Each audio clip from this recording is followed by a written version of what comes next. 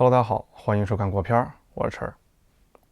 那么在上次发布了这个 Lomography 大都会胶卷的内容之后呢，这个 Lomo 中国的小伙伴就找到了我，发私信就问我说想不想试一试新版的大都会胶卷。我说那好呀，这么好白嫖的机会怎么能错过呢？于是呢，他们就给我寄来了2021版新版大都会的胶卷。当然了，如今已经是2022年了，但是现行版发行的这个最新配方就是这个2021版。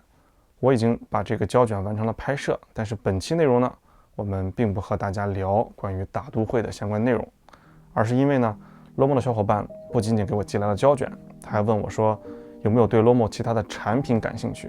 于是我就翻遍了 Lomo 的这个官网，发现了有这么一个产品我非常的感兴趣，于是他们就给我寄来了一台样机让我来试用，那就是这个俄罗斯生产的摇头机。真的是非常的有趣。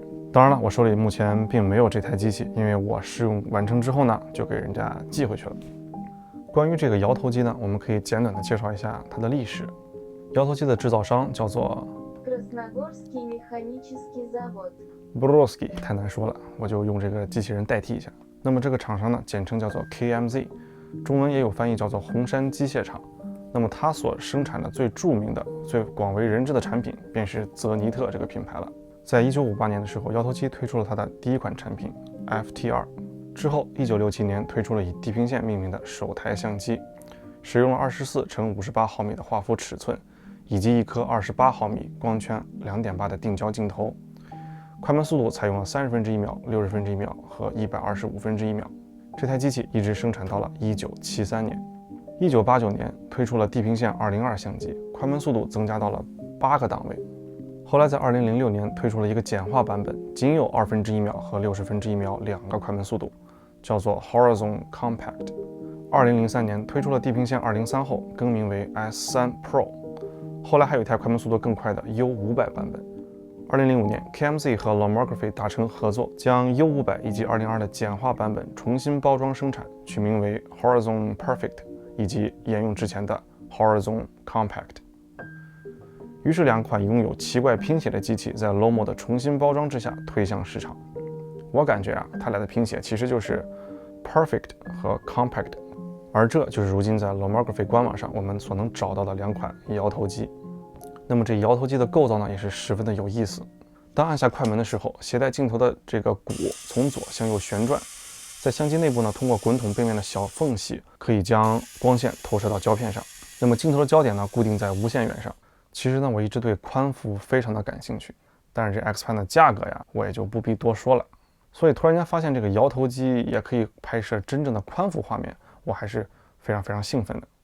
但是呢，它的这个宽幅画面并不像X Pan 那么广。X Pan 的这个尺寸呢是24×65，而这个摇头机的宽幅呢只能达到24×58。但是对比一下价格的话，你会发现少这么7毫米又算得了什么呢？28毫米的镜头配合摇头的机构，就可以获得120度的广阔视角。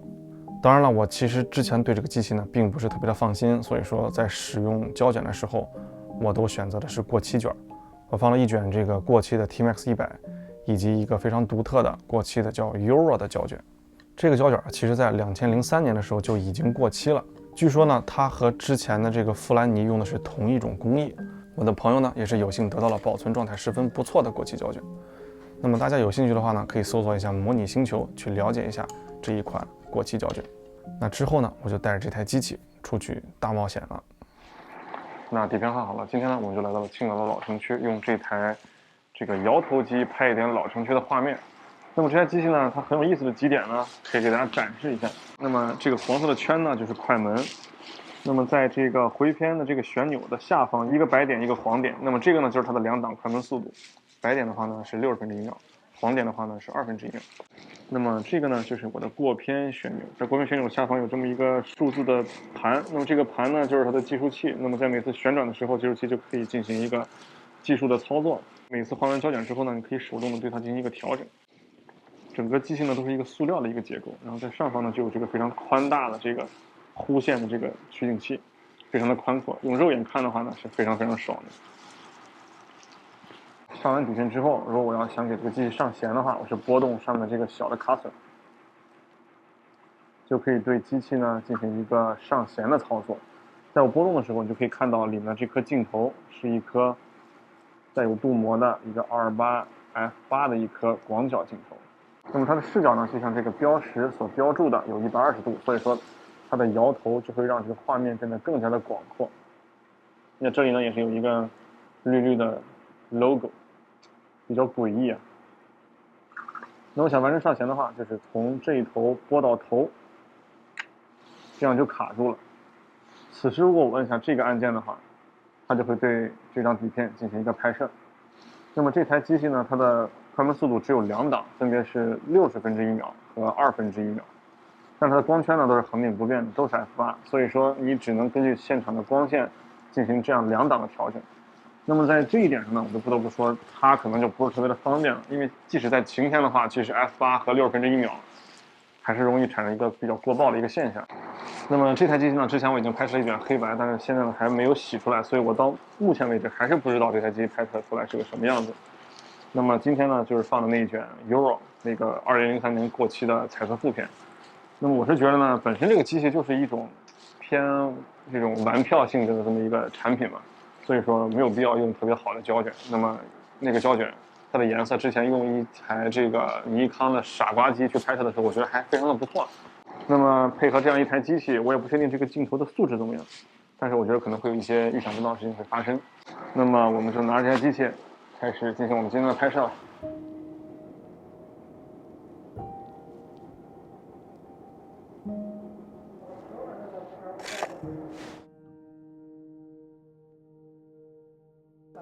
来，不用，你站着，来一场，上弦，哎，别动啊，别动，好，3、2、1。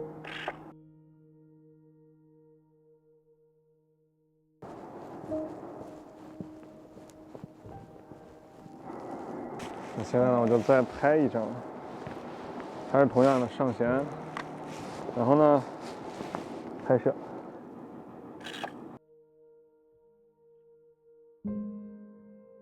那么在使用这台机器的时候呢，你可能会犯一点小错误，就是说可能我没有上弦，我就摁了这快门。当然了，这都无所谓。如果说你没有上弦之后摁了快门呢，它只是咔嗒一下，它认为你已经触发了。这时候呢，你可以进行过片，但你不要进行过片就好。你只要重新再上弦，它又可以进行拍摄了。所以说这个机也是可以做这个多重曝光去拍摄的。那我呢现在就可以试一下这个多重曝光是个什么样子。等我一下，3、2、1 ，OK， 然后你上来了。你就站在这儿就行。好，别动啊，别动，3、2、1。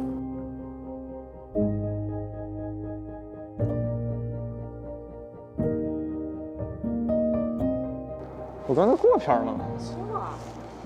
我拍完你说我过没过片？我忘了。就这样，我拉一下。过片，行了。OK。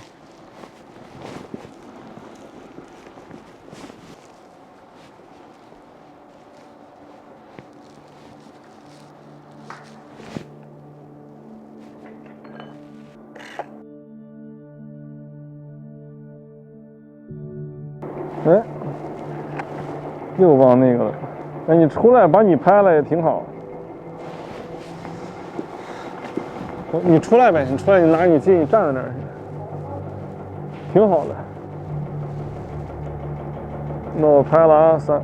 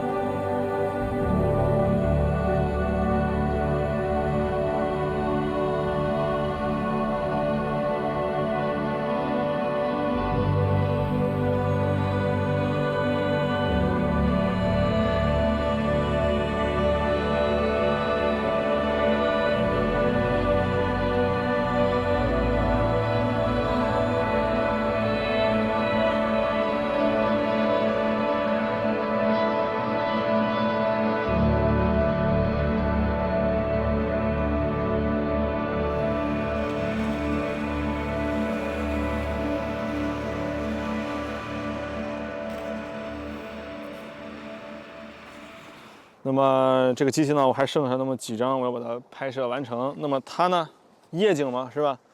但是它又不支持什么闭门之类的，它最长的曝光时间是1/2秒，所以说我就打到1/2秒，我准备拍它个16张，大概做到一个光圈 f8 8秒的一个曝光，所以肯定是糊的，这是定了的。然后咱就这么开始吧，它还上不了架子，所以呢，我就放到这个木栈道的这个板上面，我们来开始今天的长曝光拍摄。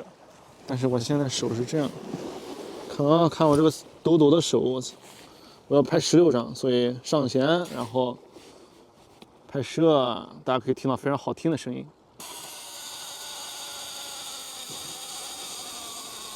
一张，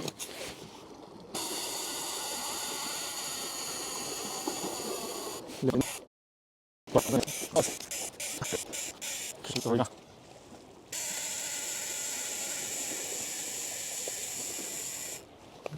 那么这张呢就拍摄完成了，我现在赶紧过片啊，不要浪费这一张。行了，至于拍成什么样，那就到时候看了。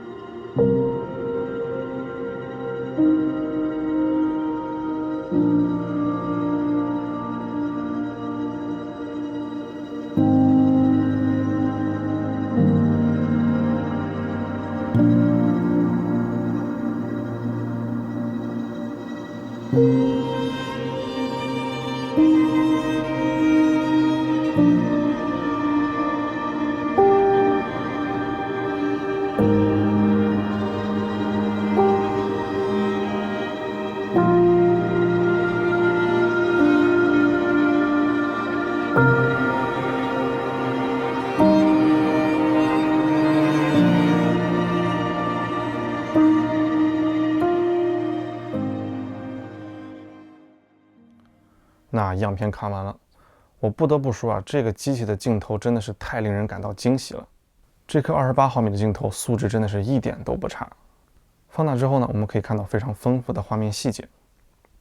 当然了，最棒的还是这宽广的视角，打开了一个新的视野。那还有一点呢，不是这个机器带来的，而是这个胶卷。虽然说因为它过期比较久，它的颗粒可能稍微有一点粗，但是它呈现出的画面的那种氛围，我是十分喜欢的。当然了，这机器还是有缺点的，而且缺点也不少。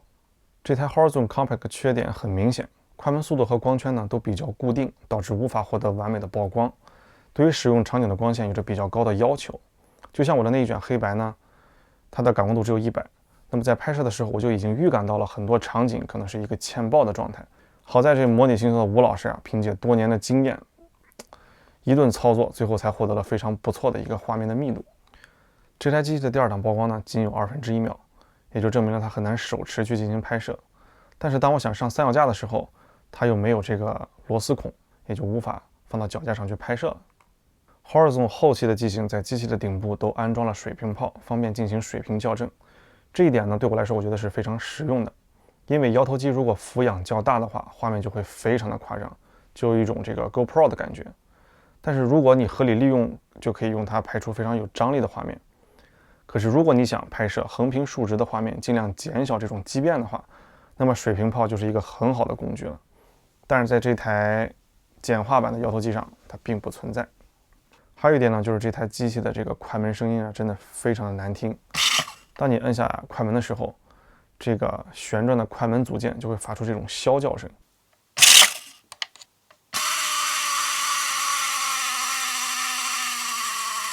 就仿佛啊10几台 AE1同时在叫一样。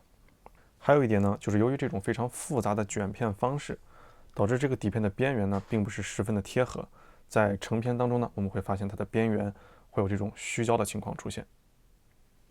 所以总体上来说的话呢，我认为这台相机就是一台抓起来就拍的傻瓜相机。